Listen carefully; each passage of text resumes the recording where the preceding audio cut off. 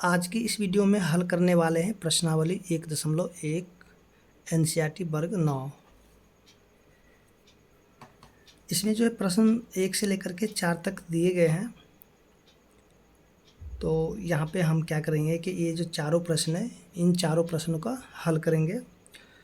तो देखिए यहाँ जो प्रश्न संख्या 1 में दिया गया है, क्या शून्य एक परिमेय संख्या है? क्या इसे आप p बट्टा क्यू के रूप में लिख सकते हैं, जहाँ p और q पूर्णांक है और q 0 के बराबर नहीं है। तो देखिए सबसे पहले यहाँ जो दिया गया है परिमेय संख्या, ठीक है, तो हम लोग यहाँ पे समझेंगे परिमेय संख्या क्या होता है। उसके बाद आगे देखिए यहाँ पे प्राकृत संख्या भी है, पूर्णांक भी है और परिमेय संख्या भी है। तो सबसे पहले हम लोग यहाँ पे कुछ जो संख्या है उन संख्या के बारे में जान लेते हैं और उसके बाद जो ये जो प्रश्न दिए गए 1 से लेकर के 4 तक उनको भी हल करेंगे। तो सबसे पहले हम लोग यहाँ पे जानते हैं प्राकृत संख्या।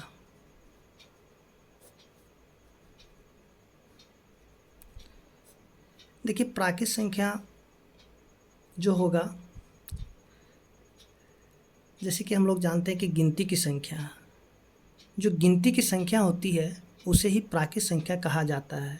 जैसे कि 1, 2, 3, 4 और इस तरीके से आगे बढ़ते चला जाएगा 5, 6, 7, 8, 9, 10, 11, 12, हज़ार, 10,000, लाख, 10,00,000, करोड़, मतलब इस तरह से ये जो है ना आगे बढ़ता ही चला जाएगा। ठीक है, तो ये होते हैं प्राकृत संख्या, यानी कि गिनती की संख्या को कहा जाता है प्राकृत संख्या। ठीक है, अगर इसमें हम लोग बात करेंगे सबसे छोटी प्राकृत संख्या का, सबसे छोटा प्राकृत संख्या, देखिए सबसे छोटा प्राकृत संख्या जो हो जाएगा 1 हो जाएगा। सबसे छोटा प्राकृत संख्या क्या होगा? 1 होगा। और सबसे बड़ा प्राकृत संख्या को हम लोग ज्ञात नहीं कर सकते क्योंकि इसका अंत नहीं है। ठीक है, ये आगे बढ़ते ही चला जाएगा, इसलिए सबसे बड़े प्राकृत संख्या को हम लोग नहीं ज्ञात कर सकते हैं। आगे जो है देखते हैं पूर्ण संख्या को। देखिए पूर्ण संख्या क्या होता है। देखिए पूर्ण संख्या ये जो गिनती की संख्या यानी जो प्राकृत संख्या है, जैसे कि प्राकृत संख्या 1, 2, 3, 4 और ये आगे इसी तरह से बढ़ता चला जाएगा। ये जो प्राकृत संख्या है, तो इसी प्राकृत संख्या के आगे अगर शून्य को शामिल कर दिया जाएगा तो इसे ही हम लोग पूर्ण संख्या कहेंगे। यानी जो प्राकृत संख्या है, प्राकृत संख्या के आगे अगर हम शून्य को शामिल कर देंगे तो इसे ही हम लोग पूर्ण संख्या कहेंगे। और यहाँ पे देखिए सबसे छोटा जो है पूर्ण संख्या क्या हो जाएगा? सबसे छोटा पूर्ण संख्या हो जाएगा आपका 0। ठीक है, ये जो 0 है सबसे छोटा प्राकृत संख्या होगा। और बड़ा प्राकृत संख्या को हम लोग नहीं ज्ञात कर सकते क्योंकि ये भी आगे जैसे कि प्राकृत संख्या बढ़ेगा उसी तरह ये भी आगे बढ़ता ही चला जाएगा। तो देखिए यहाँ पे अगर हम लोग ध्यान देंगे कि देखिए प्राकृत संख्या जो है ना पूर्ण संख्या हो सकती है। प्राकृत संख्या क्या हो सकता है? पूर्ण संख्या हो सकती है, लेकिन पूर्ण संख्या जो है प्राकृत संख्या नहीं हो सकती है। देखिए प्राकृत संख्या क्यों हो सकता है? क्योंकि देखिए यहाँ पे यहाँ से अगर हम लोग देखेंगे तो ये सभी के सभी जो है प्राकृत संख्या है। ठीक है, और यहाँ पे शून्य जब इसमें शामिल हो गया तो ये पूरा का पूरा क्या हो जाएगा? पूर्ण संख्या। ठीक है, लेकिन अगर हम लोग इसमें देखेंगे तो यहाँ पे देखिए शून्य नहीं है, इसलिए जो पूर्ण संख्या प्राकृत संख्या नहीं हो सकती है, लेकिन प्राकृत संख्या पूर्ण संख्या हो सकती है।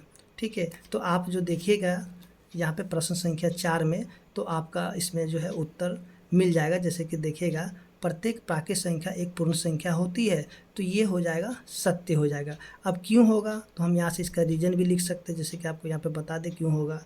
ठीक है, अब आगे जो हम लोग समझते हैं जो कि पूर्णांक संख्या है। ठीक है, पूर्णांक, देखिए पूर्णांक क्या होता है। देखिए पूर्णांक अगर हम लोग देखेंगे, जैसे कि हम लोग इसमें प्राकृत संख्या को भी सबसे पहले हम लोग पूर्ण संख्या के लेते हैं 0, 1, 2, 3 और इस तरह से आगे बढ़ता चला जाएगा 4, 5, 6, 7, 8, 9, 10 इसी तरह से आगे बढ़ते जाएगा। जहाँ तक इसको बढ़ाना हो आप बढ़ा सकते हैं।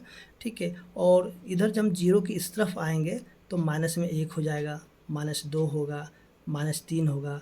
उसके बाद इसी तरह से ये आगे जो है क्या होगा? ये बढ़ता चला जाएगा। ठीक है, तो यहाँ पे जो है हम लोग देखेंगे कि ये जो पूर्णांक संख्या होगा, यानी कि संख्या क्या होगा, माइनस में भी होगा और प्लस में भी होगा, ठीक है, और इसमें जीरो भी शामिल होगा, ठीक है। ऐसी संख्या को हम लोग पूर्णांक संख्या कह सकते हैं, ठीक है। तो यहाँ पे जो दिया गया है, देखिएगा, अगर प्रश्न संख्या 4 में प्रत्येक पूर्णांक एक पूर्ण संख्या होती है, प्रत्येक पूर्णांक एक पूर्ण संख्या होती है, तो यहाँ पे क्या हो जाएगा, इसका उत्तर जो है प्रश्न संख्या 2 का, ये क्या हो जाएगा, असत्य होगा। क्यों होगा, तो हम लोग यहाँ पे देखेंगे प्रत्येक पूर्णांक, तो प्रत्येक पूर्णांक यहाँ पे अगर हम लोग देखेंगे तो पूर्णांक में जो माइनस भी होता है और प्लस भी होता है, ठीक है। तो प्रत्येक पूर्णांक जो एक पूर्ण संख्या नहीं हो सकती, इसको आप याद रखिएगा, ठीक है, क्योंकि प्रत्येक पूर्णांक एक पूर्ण संख्या नहीं हो सकती है। तो यहाँ पे इसका उत्तर क्या हो जाएगा, असत्य हो जाएगा, ठीक है। आगे जो है हम लोग समझते हैं जो कि परिमेय संख्या।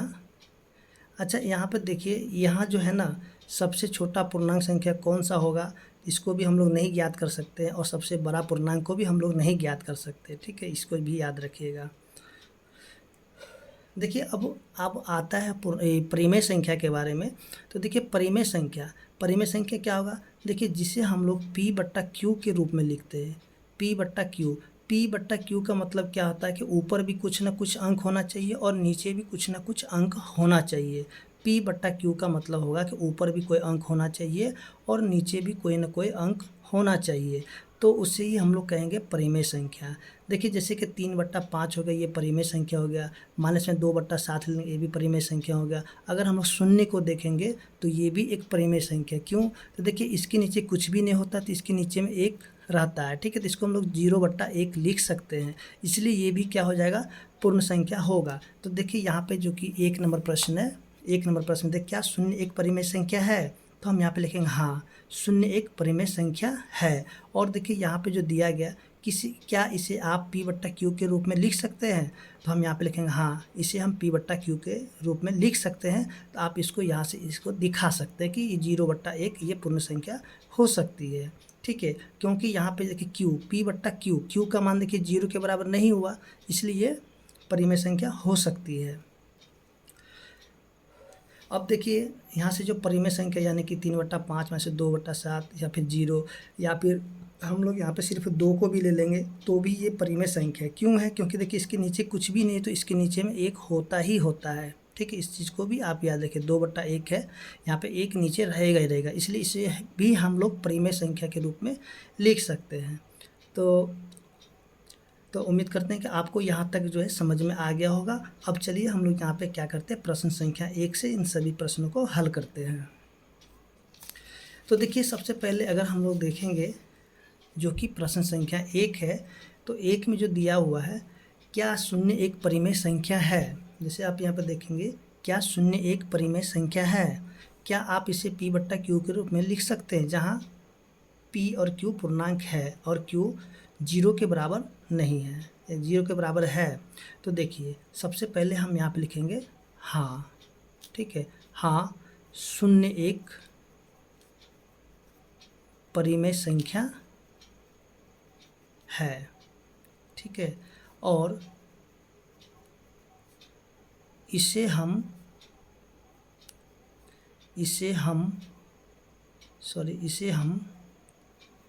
P/Q के रूप में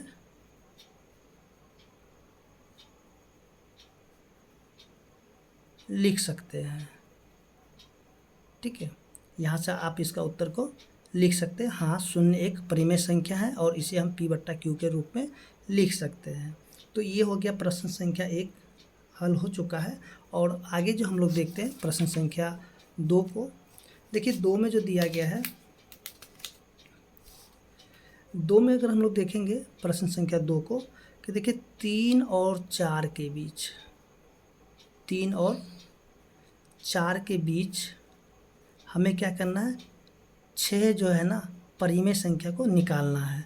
तो देखिए, इसके लिए हम लोग क्या करेंगे, 3 को लिखेंगे और यहाँ पे 4 को भी लिख लेंगे। अब देखिए, यहाँ पे 6 परिमेय संख्या निकालना है। कितने निकालना है, 6 निकालना है।